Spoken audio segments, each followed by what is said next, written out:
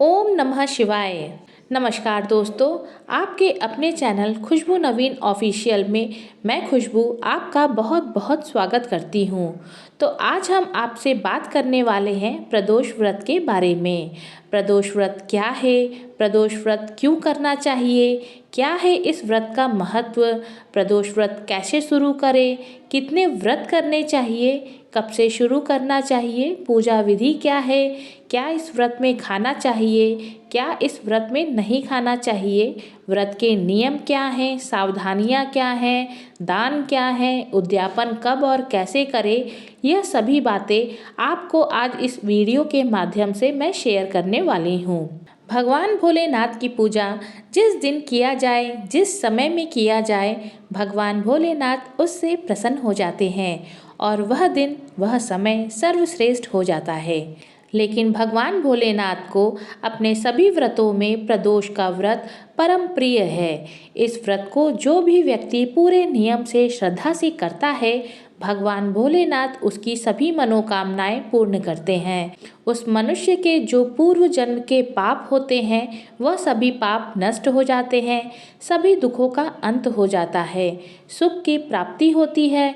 उस मनुष्य को अपने जीवन में यहाँ तक कि इस व्रत को अगर पूरे नियम से विधि विधान से किया जाए, भगवान भोलेनाथ की पूजा अर्चना इस व्रत में पूरे नियम से किया जाए, तो इस व्रत को करने वाले को मोक्ष की प्राप्ति होती है। प्रदोष काल में किए जाने वाले व्रत के नियम, व्रत और अनुष्ठान को प्रदोष व्रत कहा जाता है और भगवान भोलेनाथ को प्रदोष काल का समय बहुत प्रिय है। भगवान भोलेनाथ की जो भी पूजा होती है वह प्रदोष काल में की जाती है। जितनी भी व्रत भगवान भोलेनाथ के होते हैं उसमें जो पूजा का समय है वह प्रदोष काल का ही होता है, क्योंकि भगवान भोलेनाथ को यह समय बहुत प्रिय होता है। और प्रदोष काल का समय होता है सूर्यास्त से 1.5 घंटा पहले का समय और सूर्यास्त के 1 घंटे बाद का समय।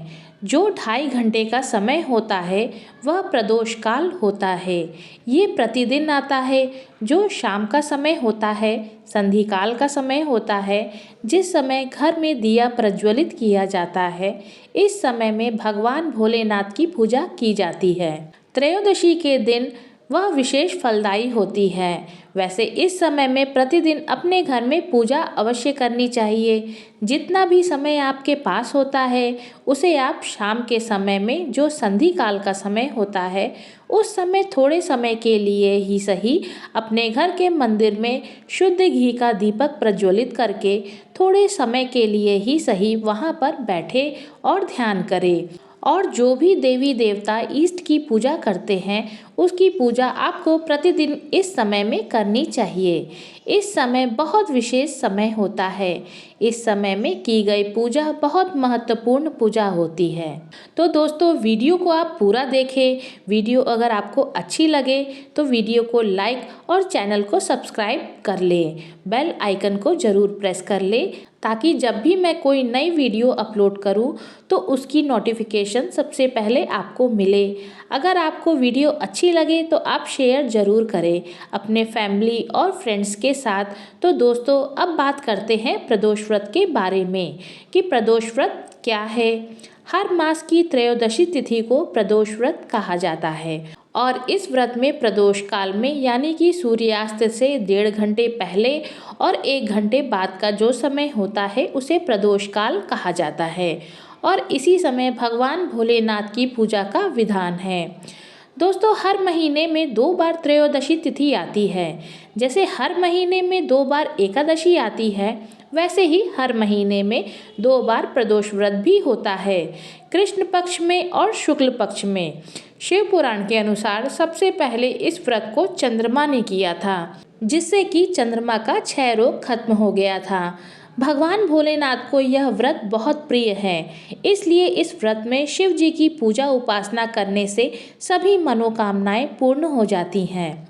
दोस्तों, इस व्रत को करने से पूर्व जन्म के जो नेगेटिव कर्म होते हैं, जो हमारे पूर्व जन्म के कर्म बंद होते हैं, जो पाप होते हैं जिसकी वजह से इस जन्म में हमें परेशानियां झेलनी पड़ती हैं, हम जो दुख भोग रहे होते हैं वह समाप्त हो जाते हैं इस व्रत को करने से।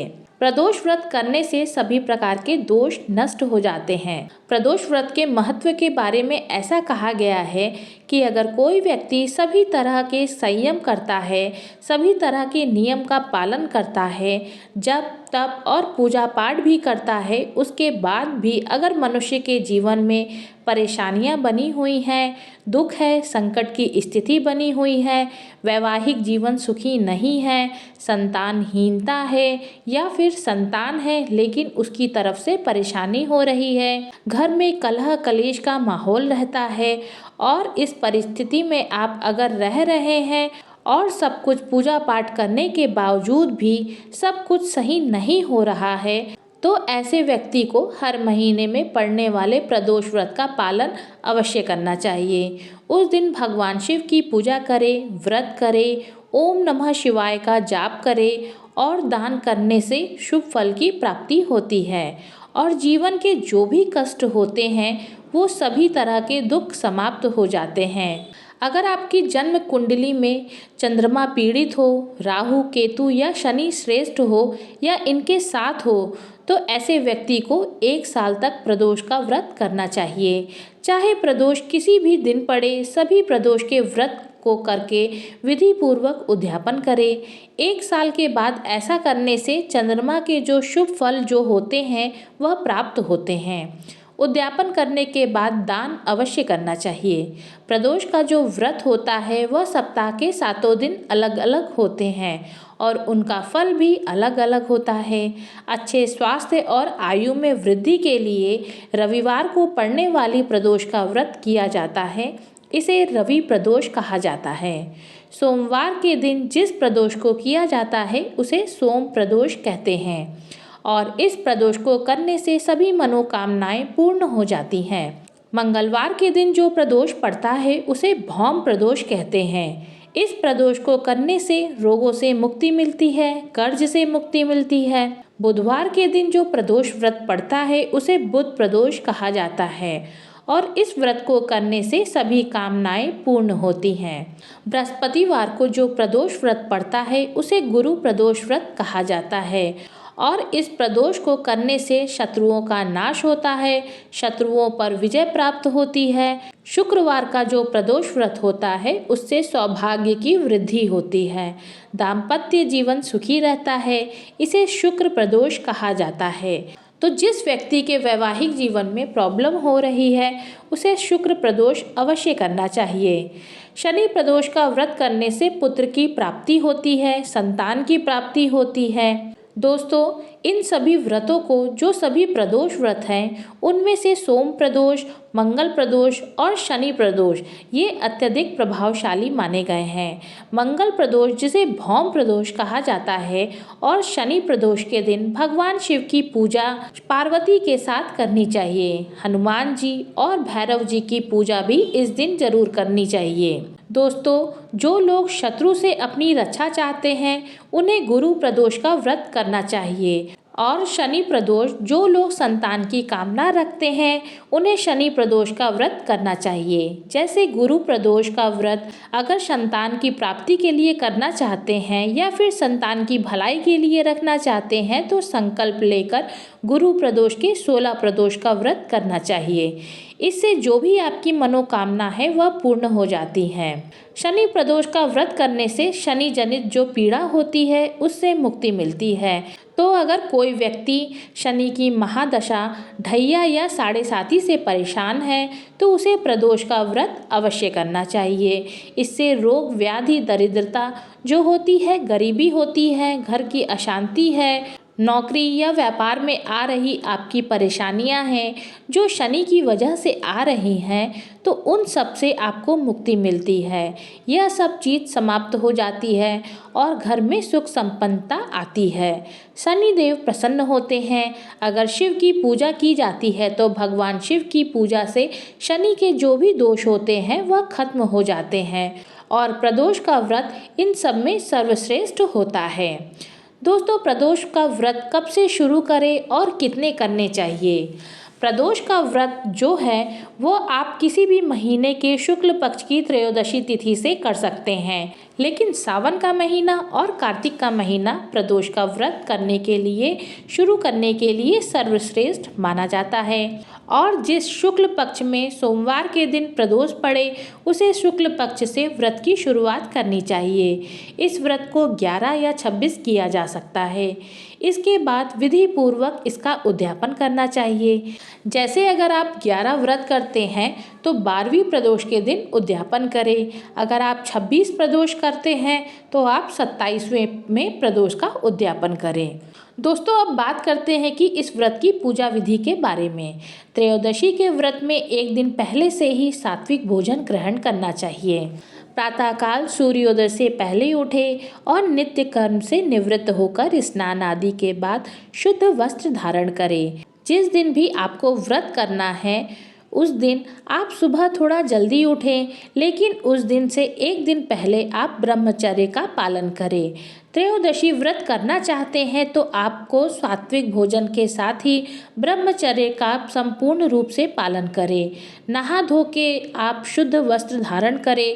वस्त्रों का विशेष ध्यान रखें। वस्त्र आपके काले रंग के नहीं होने चाहिए, नीले, हरे, भूरे रंग के नहीं होने चाहिए। जो भी आपके वस्त्र हो वह सात्विक, उनका कलर अच्छा होना चाहिए। यानी कि जो श्वेत वस्त्र धारण करे अगर पुरुष कर रहे हैं और महिलाएं कर रही हैं तो वह सौभाग्य का कलर, जैसे कि पीला, लाल या कोई भी हल्का रंग जो आप पूजा में पहनकर बैठ सकते हैं। सबसे पहले आपको सूर्य को जल अर्पित करना है। उसके बाद अपने घर में जो आप नित्य की पूजा करते हैं, जो प्रतिदिन की पूजा करते हैं, उस पूजा को आप पूरा करें। फिर अगर आपके घर के आसपास कोई मंदिर है तो वहां जाकर आप पूरे शिव परिवार की पूजा करें। पूजा में भगवान भोलेनाथ को जल से, दूध से या पंचामृत से अभिषेक करें। उसके बाद आप फिर गंगा जल से अभिषेक करें। बेलपत्र, भांग, धतूरा, आकड़े का फूल, मंदार का फूल, धतूरे का फूल या भगवान शिव को अर्पित करें। अक्षत, चंदन, धूप, दीप, नैवेद्य से भगवान भोलेनाथ की पूजा अर्चना करें।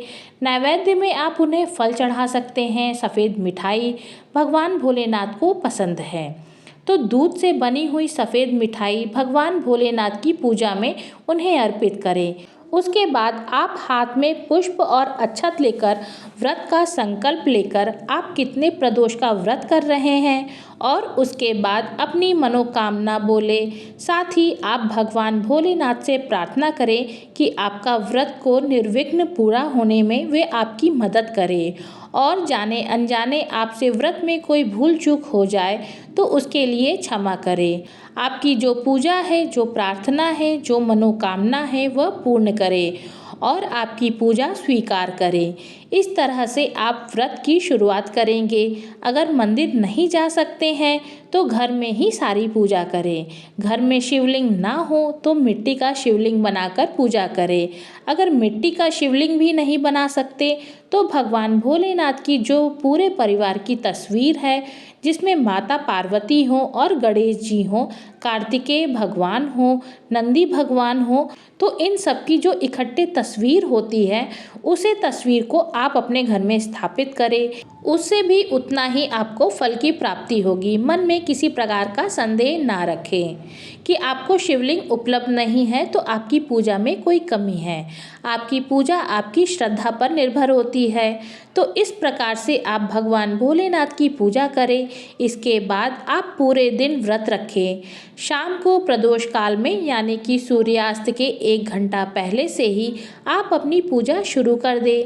जैसे आपने सुबह की पूजा की है वैसे ही आपको शाम की पूजा भी करनी है। भगवान भोलेनाथ का अभिषेक करना है। भगवान भोलेनाथ को सभी वस्तुएं अर्पित करनी है। वहां बैठकर आपको नमः शिवाय का जाप करना है और इसके बाद आप आरती करें। इस व्रत में आप पूरे दिन भगवान शिव के मंत्रों का जाप करें, कपूर से भगवान शिव की आरती करें और सुबह और शाम दोनों समय भगवान शिव और माँ पार्वती के साथ इस व्रत की पूजा की जाती है। तो दोनों समय पूरे विधि विधान के साथ आप पूजा करें। दोस्तों, व्रत में खाएं क्या? व्रत में आप फलाहार ले सकते हैं। वैसे पहले के समय में या अभी शास्त्रों में आप देखें तो यही कहा जाता है कि इसमें निर्जल और निराहार रहना चाहिए।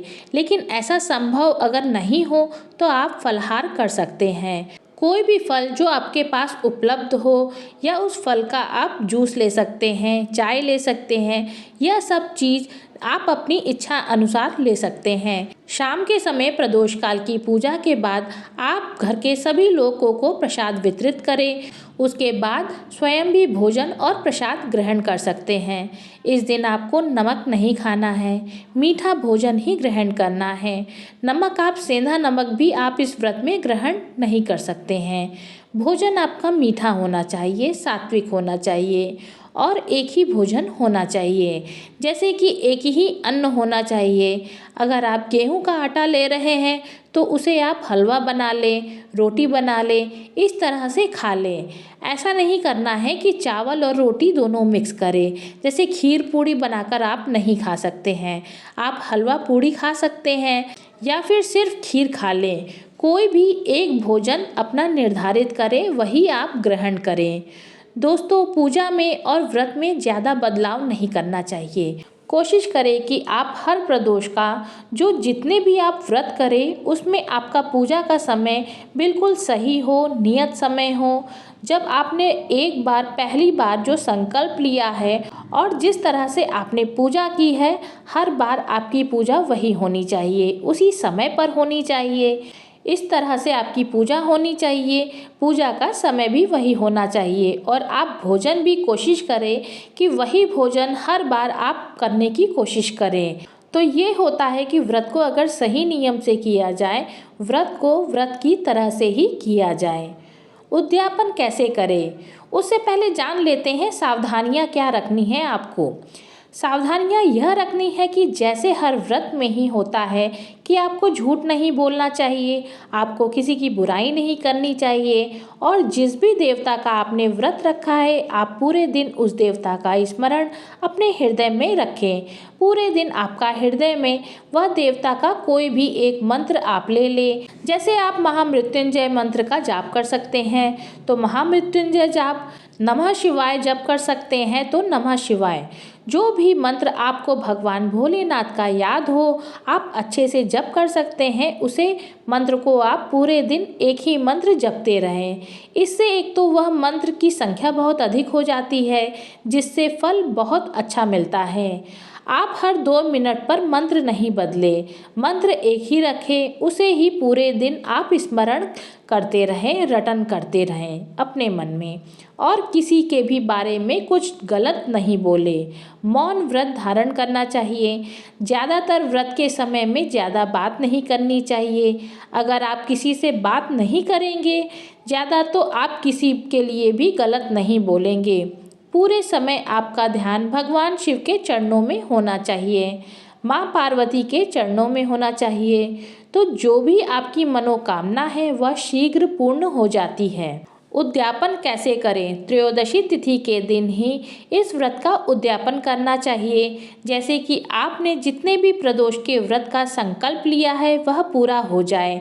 जैसे आपने 26 व्रत करना है तो 26 व्रत कर लिए।